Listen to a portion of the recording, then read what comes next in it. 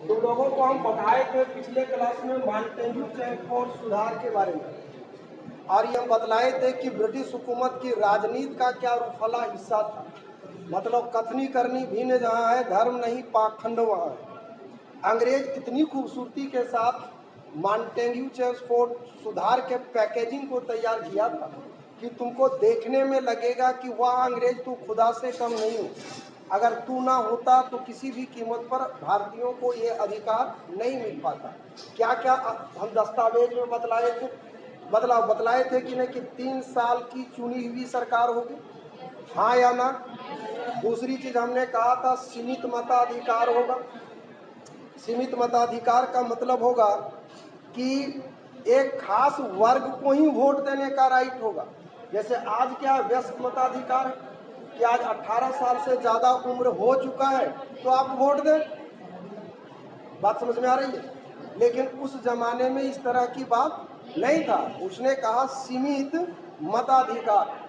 तीसरा महत्वपूर्ण चीज जो था उसमें ये कहा कि द्वैध शासन होगा। द्वैध शासन प्रांत में होगा। द्वैध मतलब दोहरा, या दोहरा का क्या मतलब? अंग्रेजों का तर्क था कि आज तक तुम लोग कभी शासन किए नहीं हो, शासन का कोई तजुर्बा नहीं होगा। एक ऐसे तजुर्बेकार को हम तेरे पास गवर्नर के रूप में रख दे रहे हैं जो प्रशासन के हर मूवमेंट पर तुमको सहयोग प्रदान करेगा। जब तक वो हस्ताक्षर नहीं करेगा तब तक कानून नहीं बनेगा, क्योंकि उसके पास प्रशासनिक तजुर्बा है, प्रशासनिक अनुभव है। और क्या किया तो और कहा कि देखो जो लोग, जो वर्ग, जो समुदाय संख्या में कम है वो कभी भी संख्या बल के आधार पर कभी भी विधानसभा में जा नहीं पाएगा, प्रांत को रिप्रेजेंट नहीं कर पाएगा। इसलिए हम चाहते हैं कि वो तबका जो संख्या में कम है उसके लिए हम पृथक निर्वाचन की व्यवस्था कर दें, क्योंकि तभी होगा सबका साथ सबका विकास। पर आया तो संख्या में कम कौन था? तो मुसलमानों को पृथक निर्वाचन 1909 में ही दिया जा चुका था। बच गया था सिख, बच गया था ईसाई। तो सिख और ईसाई को पृथक निर्वाचन के दायरे में रखने की बात कही। तो 1919 के मॉन्टेग्यू चैफोर्ड सुधार बार बार बोले कि पहला नाम जो भी होगा भारत सचिव का होगा और दूसरा नाम जो होगा भारत के वायसराय का होगा। तो ये जो मॉन्टेग्यू चैफोर्ड सुधार आया उसमें सबसे इम्पोर्टेंट कंपटीशन में 3 पॉइंट को गर्दा उड़ा के पूछता है।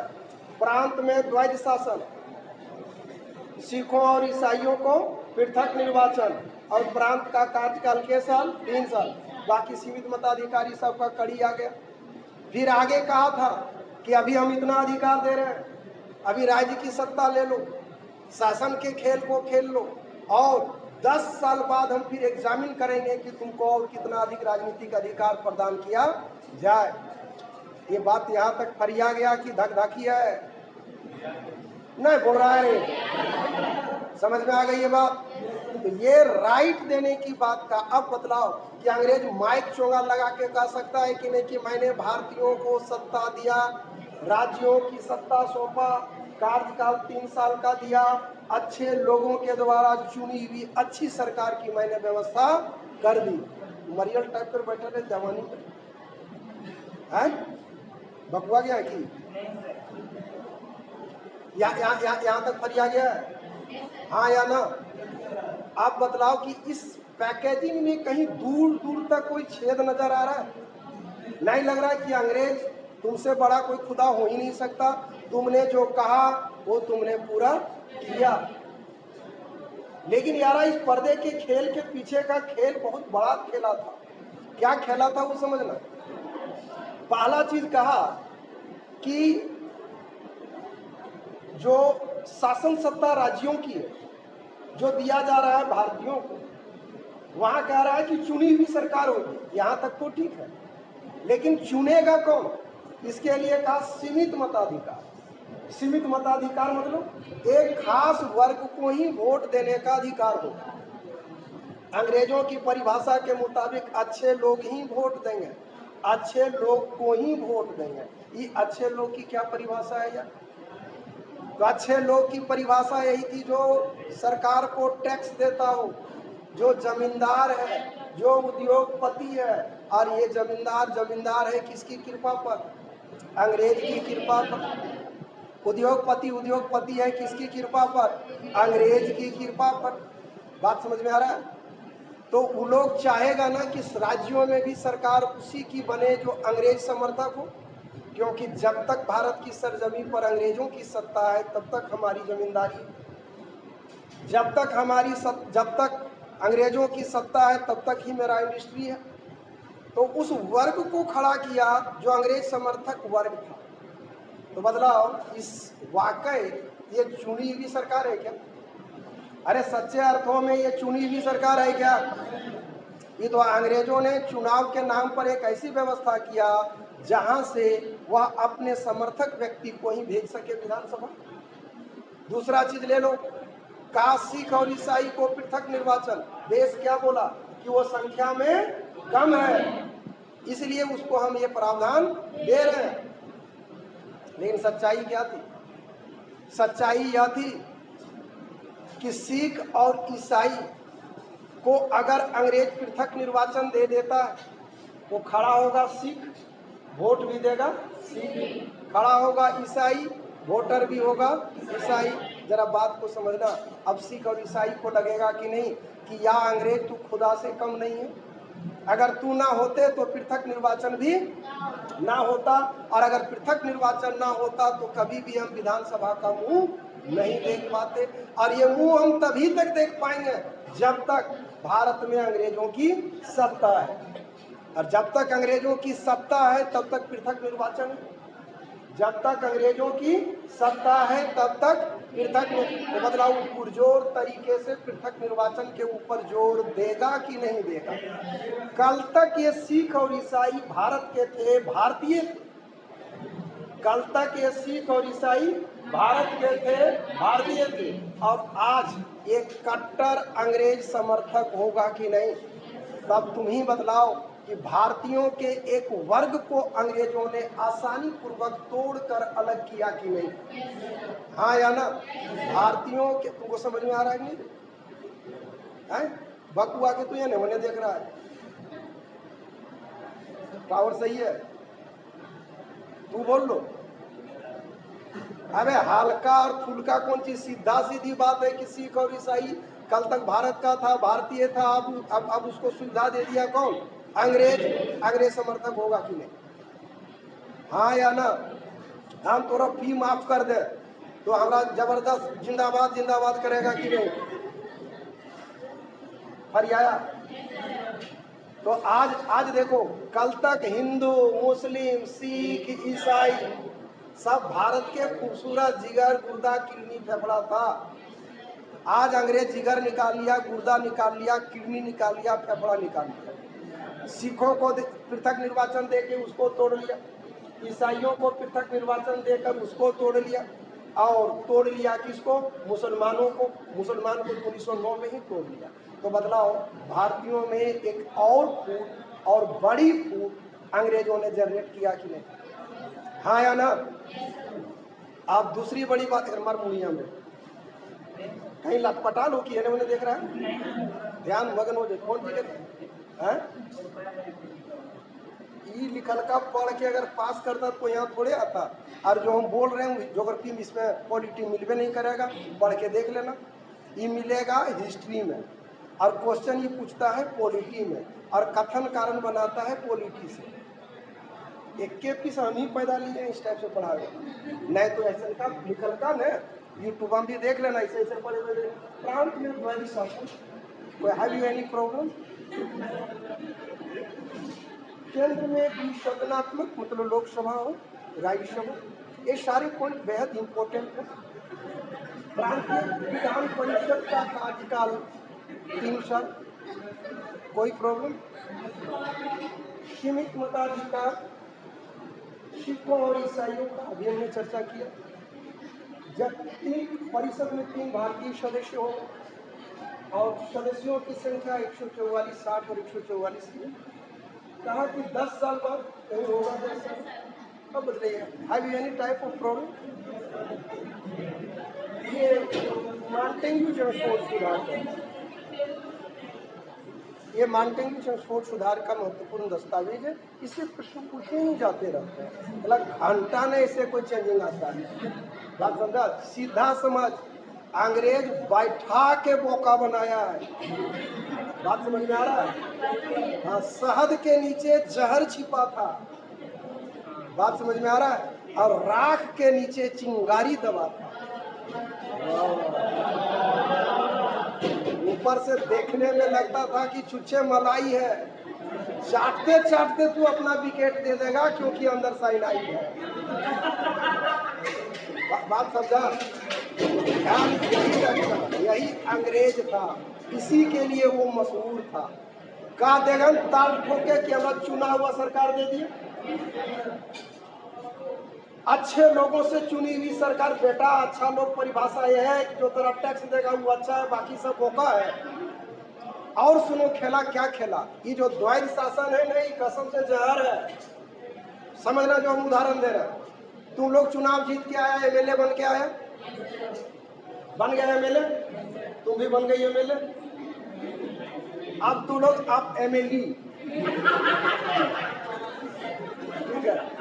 अब अपने में से तुम लोग कोई एक बन गया मुख्यमंत्री, और कुछ लोगों को मिला के बना लिया तुम अपना कैबिनेट, बन गया कैबिनेट, हो गया कैबिनेट। अब देखो क्या नियम है, मान लो कि बकवाक बनाया मुख्यमंत्री, मुख्यमंत्री बन गया, हमको बना दिया अंग्रेज गवर्नर। हम अंग्रेज हैं, काला अंग्रेज है, हम अंग्रेज हैं। अब समझना, तू लोग चुनाव जीत क्या, अटपट सब किया यार, दोनों के हाथ में पावर बांट दिया, कलम तेरे पास तो इंक मेरे पास। बात समझ में आ रहा है? खेती तेरे पास तो सिंचाई मेरे पास, तो कुल मिला के बात वही हो जाएगी कि बेगम बगैर बादशाह किस काम का। बात समझ में आ रहा है? और जब तक हम साइन नहीं करेंगे कानून नहीं बनेगा। अरे कौन तो नहीं, चुनाव जीत के कौन सा तीर मार लिया? अंतिम साइन किसका है? मेरा है। हम साइन करबे नहीं करेंगे तो कानून बनेगा? कहीं कोई दूर दूर तक सीन। दैट इज द्वैध शासन, दैट इज दोहरा शासन। हम मतलब अंग्रेज को भय था कि कहीं राष्ट्रवादी भारतीय पहुंच गया और भारतीयों के हितों की बात करने लगा, तब फिर हम क्या करेंगे? तब हमको एक ऐसी व्यवस्था चाहिए जहां पर कोई अंग्रेज हो जो किसी भी कीमत पर भारतीयों को हाथों में अधिकार ना जाने दे, मैंने हर हाल में कंट्रोल बाय अंग्रेज चाहिए। अब बतलाओ, 1919 के कालखंड में अंग्रेजों के इस तिगड़म को कोई आसानी पूर्वक समझ पाएगा? और उस वक्त राजे सर जन्मे थे क्या? अंग्रेजों को इस बात का भय था। बात समझ में आ रहा है? अंग्रेजों को इस बात का भय था। भय इसी बात का था कि कहीं ऐसा ना हो, कहीं ऐसा ना हो कि कोई कैरेक्टर जो है इसको भांप ले। डर इस बात का इतना चरम पर अंग्रेजों को था, क्योंकि वो जानता था कि इस पैकेजिंग में हमने कुछ दिया ही नहीं है। अंग्रेजों को इस बात का भय था कि हमने कुछ दिया ही नहीं है, तो जब हमने कुछ अधिकार दिया ही नहीं है तब फिर प्रॉब्लम क्या आएगा? प्रॉब्लम ये आएगा कि जो इस अधिनियम को समझेगा, किस अधिनियम को? भारत सरकार अधिनियम 1919 के मानटेन्यू चेम्फोर्ड सुधार को जो समझेगा वो बड़ी जोर चिल्लाएगा, माइक चोंगा लगा लेगा कि मेरी आवाज सुनो, अंग्रेज तोरा मामू बनाया है, कल भैगना के लायक भी नहीं छोड़ेगा। बात समझोगे? इसलिए अंग्रेजों ने इसके लिए एक एक्ट भी लाया, और वो एक्ट था रॉल्ट एक्ट। रॉल्ट एक्ट में क्या कहा था? ध्यान रखना, रॉल्ट एक्ट में साफ शब्दों में कहा था कि ब्रिटिश हुकूमत कभी भी किसी को भी गिरफ्तार कर सकती है। गिरफ्तार किया हुआ व्यक्ति कारण भी नहीं पूछ सकता है कि तुम हमको किस खुशी में गिरफ्तार किया।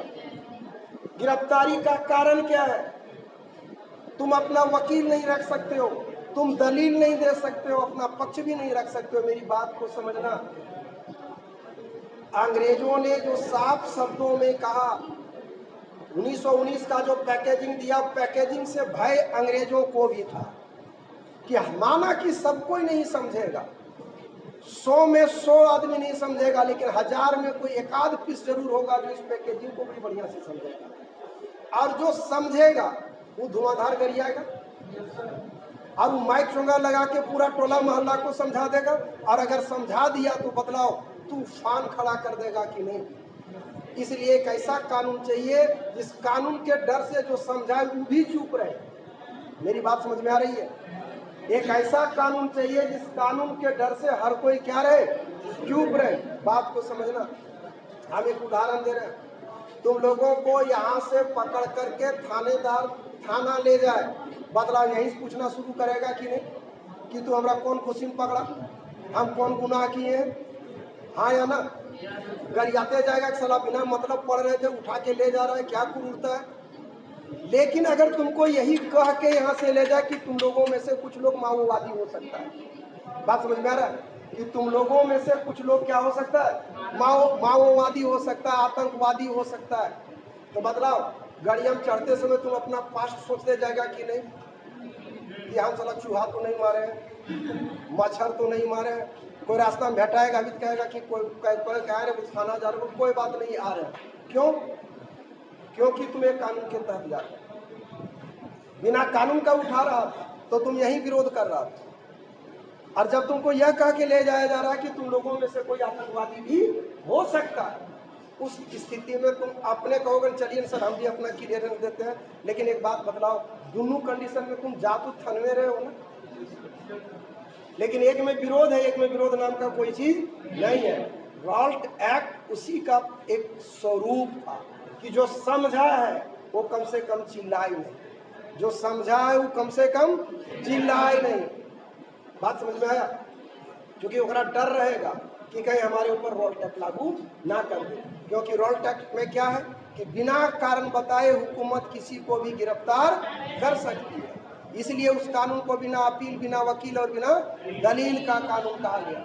इसी 1919 में जालियांवाला बाग हत्याकांड हो गया यार, 1920 में तुम आगे पढ़ोगे असहयोग आंदोलन हो गया, 1930 में सविनय अवज्ञा आंदोलन हो गया, 31 में गांधी इरविन वार्ता हो गया, 1931 में भगत सिंह को फांसी हो गई।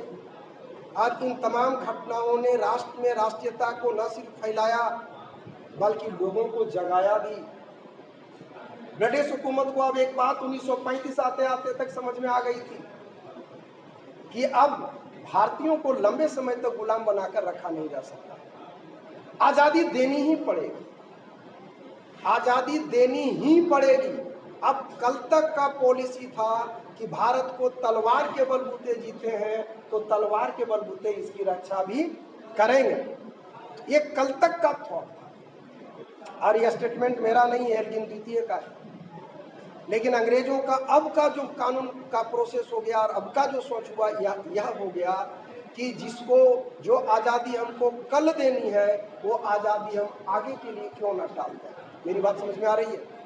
जो आज़ादी हमको आज देना है वो कल के लिए क्यों नहीं टाल दें, जो कल देना है उसको भविष्य के लिए हम क्यों ना टाल दें।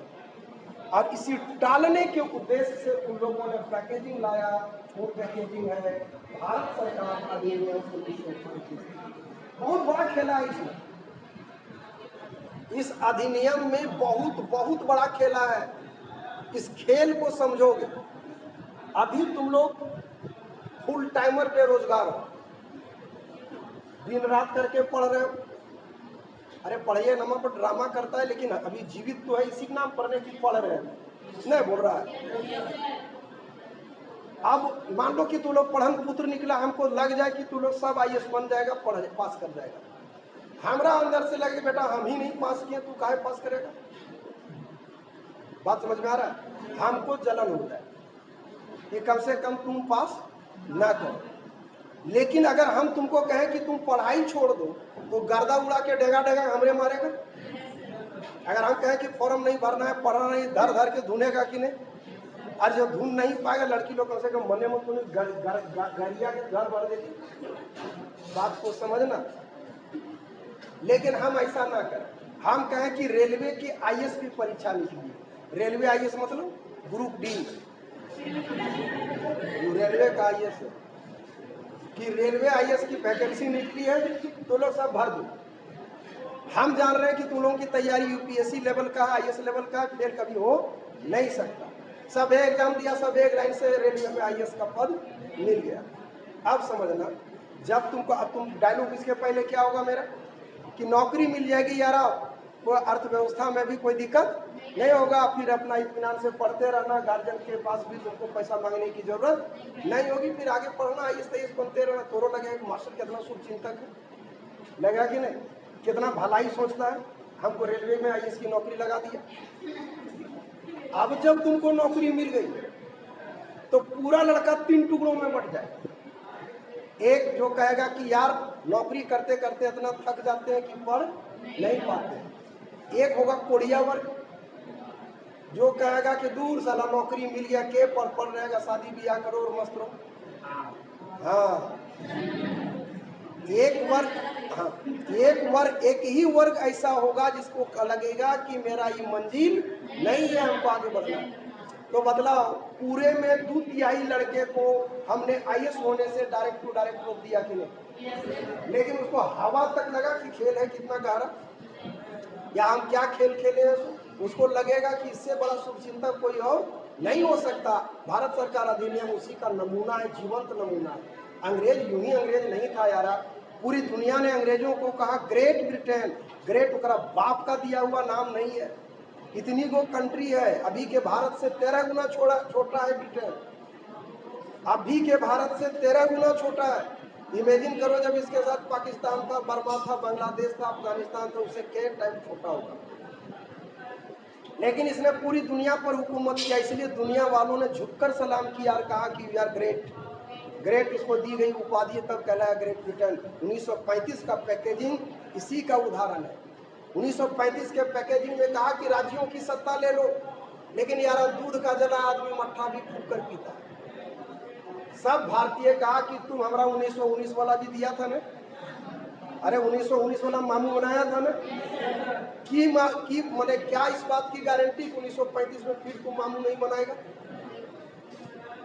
अंग्रेज कहा कि विद्या कसम हम लिखित देने को तैयार हैं कि मामू अबरी नहीं बनाएंगे। कहा कि हम कैसे भरोसा करें, राज्य कानून बनाएगा और केंद्र पलटी मार दे तो। बात समझ में आ रहा है कि राज्य कानून बनाए और केंद्र पलटी मार दे कि सब कानून नहीं चलेगा, तो हमारा हाथ में सत्ता आके भी नहीं होगा। कहा कि ना, ऐसा नहीं होगा। कौन किस विषय पर कानून बनाएगा वो टॉपिक हम बांटते रहे, और उस टॉपिक को कोई छेड़ेगा नहीं। उसी का नाम दिया संघ सूची, राज्य सूची और समवर्ती सूची। और इसी में विषय रखा 59 रखा संघ सूची में, प्रांतीय सूची में 54 और समवर्ती सूची में 36। ये फरियाया हाँ या ना। अब कौन किस में कानून बनाएगा, इसमें कहीं कोई धकधकी किसी को, केंद्र के मामले में राज्य कुछ दखल अंदाजी करेगा।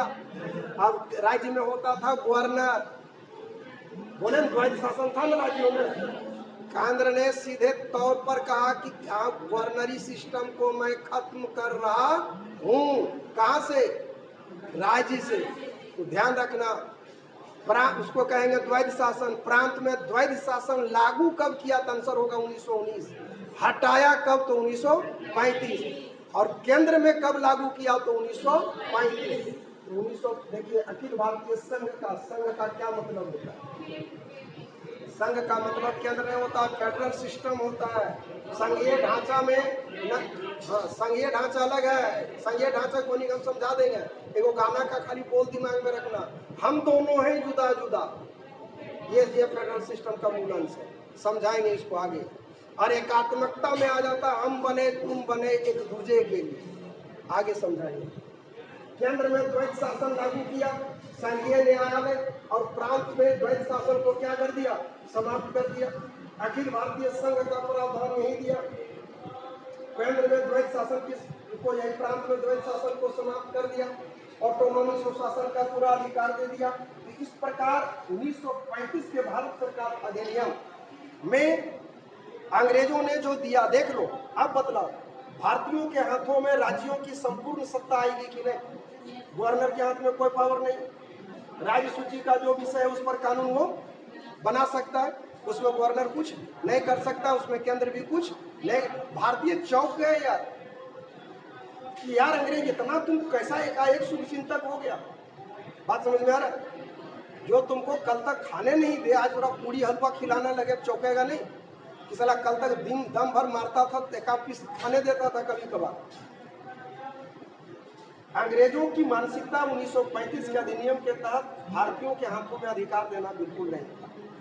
बात को समझेगा, बहुत बड़ी बात हम कहने जा रहे हैं। कल तक तमाम राष्ट्रवादी तबका सड़कों पर उतरकर नारा एक ही लगाता था कि मेरी मांगे पूरी करो, ठीक है, मेरी मांगे पूरी करो, हमें आजादी दो, आजादी आजादी और आजादी, यही नारा होता था। लोग सड़कों पर उतरते थे।